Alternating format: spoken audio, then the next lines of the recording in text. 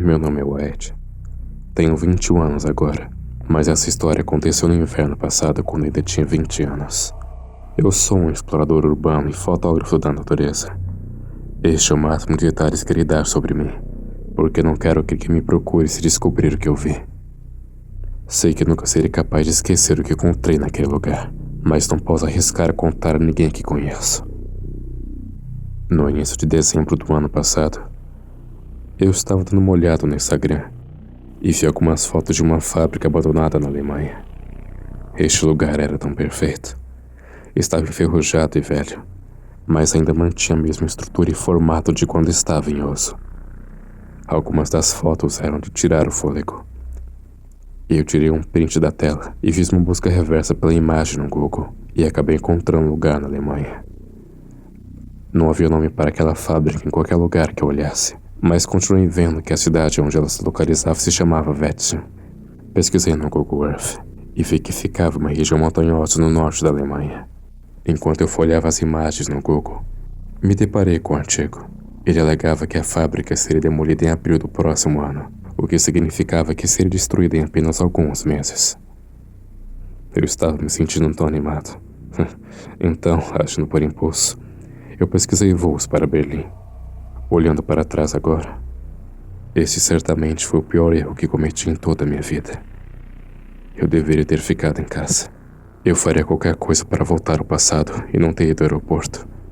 Mas enfim, eu encontrei um voo que saía para Berlim na quarta-feira. Eu estava prestes a comprar as passagens quando lembrei de um amigo meu, Bryce, nome fictício para preservar seu anonimato. Bryce procurava um lugar para passar as férias de inverno. Liguei para ele e disse que havia passagens para Berlim por $600. Queria muito que ele tivesse me convencido a não ir lá, mas em vez disso, ele apenas concordou em ir também. Mais tarde naquela noite, ambos já comprados as passagens, estávamos planejando partir na quarta-feira. Outro amigo nosso, Adrian, que também não é seu nome verdadeiro, estava vindo conosco, mas ele iria embora no sábado para ver sua família na Polônia. Eu e Bryce planejamos ir a Wetzlar no domingo e dar uma olhada por lá por algumas horas. Então, quando chegou a quarta-feira, eu arrumei todas as minhas coisas: lentes de câmeras, cartões SD, aspiradores, lanternas, roupas. E me encontrei com Bryce e Adrian. Pegamos um Uber para o aeroporto e rapidamente embarcamos no avião. Sinceramente, não me lembro muito do voo. Acho que dormi a maior parte dele. Até que finalmente chegamos em Berlim. Honestamente, pelos próximos dias foram apenas férias normais. Nada além de passar e fazer coisas turísticas básicas. No sábado, nos despedimos de Adrian e ele partiu para a Polônia. Naquela noite, certifiquei-me de deixar todas as minhas coisas prontas para a manhã seguinte. Tínhamos uma viagem de carro de 2 horas de Berlim a Wetzlar. Eu esperava chegar por lá umas 2 da tarde e explorar até as 8 da noite. Lembro-me de cada pequeno detalhe daquele dia, reproduzindo-se como um filme em minha cabeça. Lembro-me do som do meu alarme, a emoção de acordar naquele dia, a sensação de ver todas as minhas coisas arrumadas no chão ao lado da minha cama. Nós nos levantamos e tomamos café da manhã no saguão do hotel antes de caminharmos até o local do aluguel de carros. Nós escolhemos um Chevy azul da garagem e o funcionário nos deu as chaves. Passei as próximas horas dirigindo pelas colunas verdes da Alemanha, até que finalmente chegamos lá. Não senti nada além de empolgação, até que finalmente chegamos à cidade. Lembro-me apenas de dirigir e olhar em volta por um tempo, até que vimos lá, em nossa frente, a fábrica abandonada. Ela se localizava na base de uma alta colina. As montanhas ficavam ao longe, a leste, em frente à fábrica. Comecei a procurar no Google Maps um bom lugar para estacionar e podermos caminhar até lá. Havia um grande estacionamento próximo ao local de armazenamento que ficava apenas a 400 metros da fábrica. Eu parei em um dos pontos e olhei em volta procurando pessoas. Parece ser bom, eu disse ao Bryce enquanto estacionava o carro. Peguei minha bolsa da câmera, minha lanterna e meu respirador no banco de trás e coloquei tudo. Para vocês que não sabem, muitos edifícios antigos foram construídos com materiais tóxicos, como o amianto, por exemplo. Então, é mais seguro não arriscar e usar um respirador. Começamos a descer a velha estrada de asfalto rachado com pequenas quantidades de grama e flores crescendo por ela.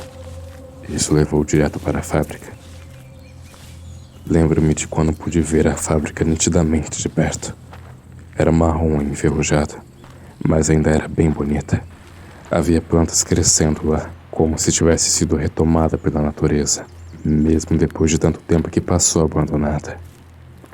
Depois de caminhar um pouco, chegamos a uma cerca alta de arame que estava trancada, porém não havia arame farpado em cima. Então pensei em pular, mas em vez disso, decidi procurar por um meio mais fácil. Depois de caminhar ao lado da cerca, vi que parte dela havia sido destruída da estrutura de metal, como se tivesse sido arrancada por outra pessoa. Empurramos o metal para fora do caminho e simplesmente rastejamos por ele para o outro lado. Agora, só tínhamos de entrar na fábrica. Já estava claro para mim que a entrada principal não era uma opção. Eu estava olhando em volta quando vi uma janela quebrada. Estavam 3 metros do chão.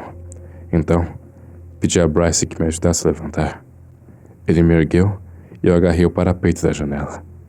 Eu me levantei e atravessei o batente da janela, empurrando o vidro quebrado para o outro lado. Puxei Bryce pela janela e nós dois pulamos no chão da fábrica. Eu olhei em volta da sala e percebi o quão grande era ela. Tinha muitos andares, passarelas e pontes conectando, diversas salas, etc. Este lugar é uma mina de ouro. Eu imediatamente peguei minha câmera, coloquei minha lente, meu melhor flash e também coloquei um novo cartão SD por precaução. Andamos um pouco pelo térreo. Tirei uma foto de todas as passarelas e pontes levando uma rachadura no teto que deixava a luz do sol passar. Subimos uma das escadas para o segundo andar. Havia uma grande tonelada de geradores e turbinas por todo lugar, com uma espessa camada de poeira e entulho que os cobria. Tirei algumas fotos neste andar, mas rapidamente subimos para o próximo. Fui até a beirada do chão e olhei para a plataforma em formato de varanda em que estávamos. Eu me senti um pouco tonto quando percebi o quão longe eu estava do chão. Eu não estou muito acostumado com esse tipo de coisa. Subimos as escadas para o próximo andar, enquanto Bryce me dizia para olhar as montanhas através da janela. Essa era, de fato, a foto do Instagram que eu precisava. Eu ajustei minha câmera e tirei uma foto, e rapidamente dei uma olhada nela. Essa era justamente a principal razão por eu ter feito essa viagem. Embora eu esteja explicando tudo isso muito rapidamente, é importante ressaltar que passamos horas vagando por este lugar, olhando cada pequeno detalhe. Finalmente, chegamos a uma espécie de sala de controle. Devia ter centenas de botões e interruptores diferentes, todos marcados com palavras alemãs que eu não conseguia ler. Uma espessa camada de poeira deixou claro que esse material não era usado há décadas. E eu sei que eu não deveria ter feito isso, mas eu peguei uma pequena chave de prata da sala de controle, como uma espécie de recordação do lugar. Saímos da sala de controle e vimos uma escada que subia pelo menos 2 andares. Levava direto para o telhado da fábrica. Mesmo hesitante, decidi escalar. Bryce me disse que subiria também caso fosse primeiro. A escada balançou de um lado para o outro, enquanto eu hesitamente subia nas barras de ferro. Finalmente, eu me agarrei ao telhado e puxei para cima. Relaxa, Bryce. Você ficará bem se for devagar, eu disse a ele. Logo ele se juntou a mim no telhado e olhamos para o resto da paisagem. Eram apenas colinas verdes ondulantes que conduziam às montanhas cobertas de neve. Eu me virei e olhei para trás. Percebi que a colina atrás de nós era maior do que a própria fábrica.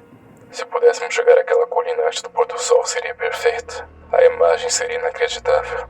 Eu realmente gostaria de não ter tido essa ideia. Mas em vez disso, descemos correndo as escadas até o primeiro andar. Rapidamente pulamos a janela e rastejamos pela cerca. Atravessamos os campos verdes gramados e lentamente subimos aquela colina alta. Foi realmente cansativo subir aquilo tudo. Peguei meu tripé e alinhei a composição para tirar a foto. Foi incrível. Mas se eu pudesse, eu voltaria no tempo e deixaria aquele lugar imediatamente. Mas infelizmente, Bryce olhou para trás e apontou outro prédio abandonado para mim. Era menor, feito de tijolo ao invés de aço. Ele estava hesitante em descer lá porque já estava ficando tarde. Porém, eu assegurei a ele que ficaríamos bem com as lanternas e que não demoraria muito. Descemos ao outro lado da colina e chegamos ao prédio de tijolos abandonado. Quando chegamos lá, já estava escurecendo, mas, para nossa sorte, tínhamos lanternas que funcionavam bem. A única coisa estranha foi que quando nos aproximamos, o portão já estava destrancado. Como se eles nem estivessem tentando manter as pessoas fora. Então, passamos direto pelo portão. Eu estava examinando a área em busca de sensores de movimento ou alarmes, mas não havia nada. Tentamos abrir a porta de metal, mas era pesada. Difícil para qualquer um de nós sequer se mover, até que ela abriu. Entramos no prédio e estava tudo escuro. Muito escuro. Imediatamente tive que ligar a minha lanterna para poder ver alguma coisa. O edifício parecia o mesmo. Passarelas, máquinas, a mesma vibração geral. Mas havia uma grande porta circular bem na nossa frente. Parecia mais a entrada de um cofre de banco do que qualquer outra porta normal que você encontraria. Neste ponto, eu fiquei surpreso por não ter visto um único alarme ou sensor de movimento naquele lugar. Nós dois fomos imediatamente atraídos pela porta circular. Eu coloquei minha mão sobre ela com admiração.